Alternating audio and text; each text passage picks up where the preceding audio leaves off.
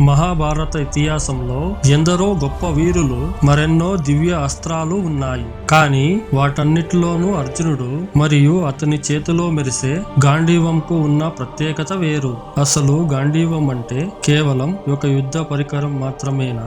అది యొక్క శక్తి, అది యొక్క బాధ్యత, అది యొక్క చరిత్ర. చాలా మందికి గాంధీవం అర్జునుడి దగ్గరే ఉందని, అతనే దానిని వాడాడని తెలుసు. కానీ ఆ ధనస్సు అర్జునుడి చేతికి రావడానికి ముందు అది చేసిన ప్రయాణం, దాని వెనుక ఉన్న అసలు రహస్యం తెలిస్తే ఎవరైనా ఆశ్చర్యపోవాల్సిందే. ఈ రోజు మనం ఆ పరమ రహస్యాన్ని, గాంధీవం యొక్క పుట్టు పూర్వోతాలను లోతుగా తెలుసుకుందాం. గాంధీవం సాధారణ మానవులు తయారు చేసినది కాదు. సాక్షాత్తు సృష్టికర్త అయిన బ్రహ్మదేవుడు దీనిని విశ్వకర్మ సహాయంతో అత్యంత శక్తివంతంగా రూపొందించాడు.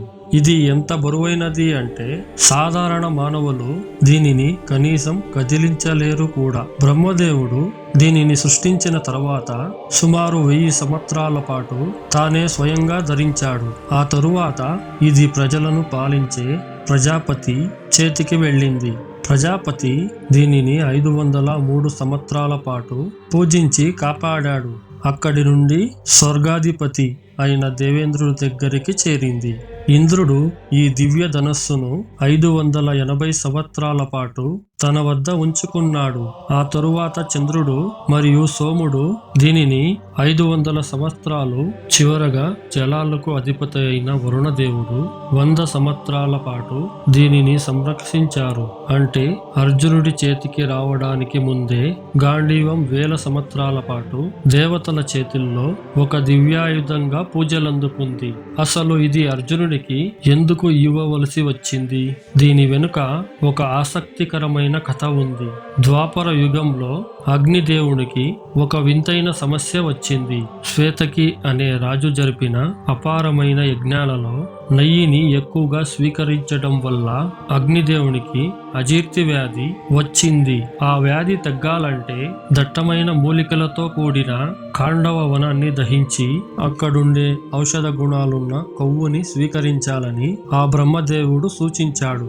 కానీ ఆ ఖాండవ వనంలో ఇంద్రుడు స్నేహితుడైన తక్షకుడు అనే నాగరాజు నివసిస్తున్నాడు. అగ్ని ఆ వనాన్ని కాల్చడానికి ప్రయత్నించిన ప్రతిసారి ఇంద్రుడు వర్షాన్ని కురిపించి మంటలను ఆర్పేవాడు. అలాంటి సమయంలో శ్రీకృష్ణుడు మరియు అర్జునుడు యమునా తీరంలో విహరిస్తుండగా అగ్నిదేవుడు బ్రాహ్మణ రూపంలో వచ్చి వారికి తన బాధను చెప్పుకుంటాడు. ఖాండవ వనాన్ని దహించడానికి తనకు సహాయం చేయమని కోరుతాడు. అర్జునుడు సహాయం చేయడానికి ఒప్పుకుంటాడు. కానీ ఒక షరతు పెడతాడు. అగ్నిదేవ, ఇంద్రుడితో సహా దేవతలందరూ అడ్డు వచ్చినా తట్టుకోగలిగే శక్తివంతమైన ఆయుధాలు నా దగ్గర లేవు. నా దగ్గర ఉన్న విల్లులో ఆ వేగాన్ని, శక్తిని తట్టుకోలేవు.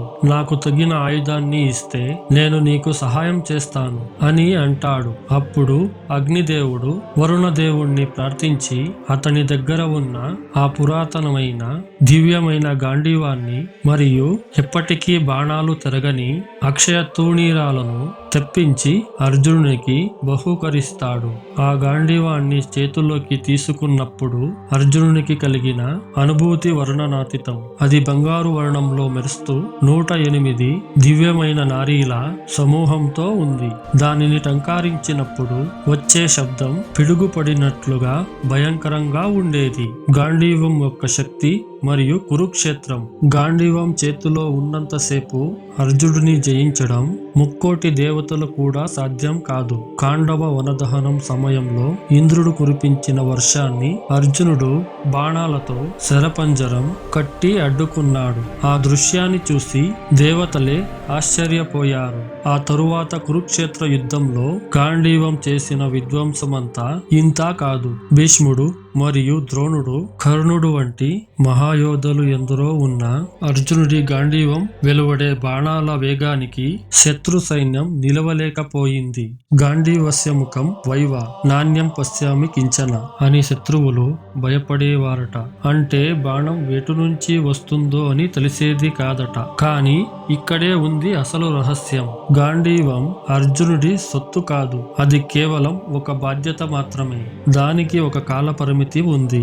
అది అర్జునుడి గొప్పతనం వల్ల పని చెయ్యలేదు. ఆ ధనస్సులో ఉన్న దైవిక శక్తి వల్ల అర్జునుడు విజయుడయ్యాడు. ఆ రహస్యం బయటపడింది. మహాభారత యుద్ధం ముగిసింది. కృష్ణుడు అవతారం చాలించి వైకుంఠానికి వెళ్లిపోయాడు. పాండవులు కూడా తమ రాజ్యాన్ని పరీక్షితులకు అప్పగించి స్వర్గారోహణకు బయలుదేరారు. వారు తూర్పు దిక్కుగా ప్రయాణిస్తూ ఎర్ర సముద్రం దగ్గరకు చేరుకున్నారు. అప్పుడు అగ్నిదేవుడు వారి ముందు ప్రత్యక్షమయ్యాడు. అగ్నిదేవుడు అర్జునుడిని చూసి ఇలా అన్నాడు, అర్జున, నీ కర్తవ్యం ముగిసింది. నువ్వు ఈ లోకాన్ని వదిలి వెళ్తున్నావు. ఆ గాంధీవం వరుణ దేవుడిది. కార్యసాధన కోసం నేను దానిని నీకు ఇప్పించాను. ఇప్పుడు దాని అవసరం లేదు. దాన్ని తిరిగి వరుణునికి, సముద్రుడికి అప్పగించు. అప్పుడు అర్జునుడి గుండె బరువెక్కింది. ఏ ధనస్సునైతే తన ప్రాణం కంటే ఎక్కువగా ప్రేమించాడో, ఏది తన విజయాలకు మూలమో దానిని వదులుకోవడానికి అతనికి మనసు రాలేదు. కాని కాలం ఎవరి కోసం ఆగదు. శక్తి శాశ్వతం కాదు. నిన్నటి దైవం నేటి మానవుడు, రేపటి చరిత్ర. ఈ సత్యాన్ని గ్రహించిన అర్జునుడు కన్నీళ్లతో గాంధీవాన్ని మరియు అక్షయ తోణీరాలను సముద్రంలోకి జారవిడిచాడు. అక్కడ అర్జునుడికి ఒక పరమ సత్యం బోధపడింది. అదేంటంటే శక్తి ఆయుధంలో లేదు, కాలంలో ఉంది. కాలం అనుకూలించినప్పుడు గడ్డిపోచ కూడా బ్రహ్మాస్త్రం అవుతుంది. కాలం చెల్లినప్పుడు గాంధీవం కూడా బరువుగా మారుతుంది. ఎందుకంటే కృష్ణ నిర్యాణం తరువాత అర్జునుడు అదే గాంధీవంతో సాధారణ దొంగలను కూడా ఎదురించలేకపోయాడు.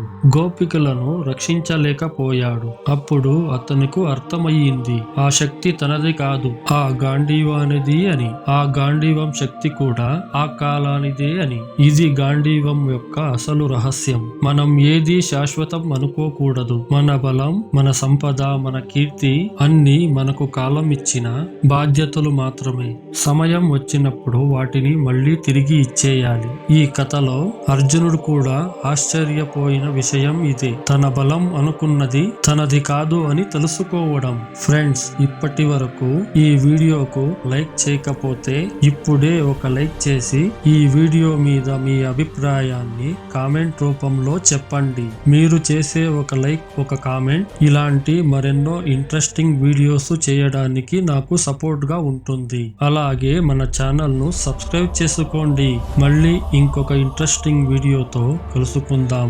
నమస్తే.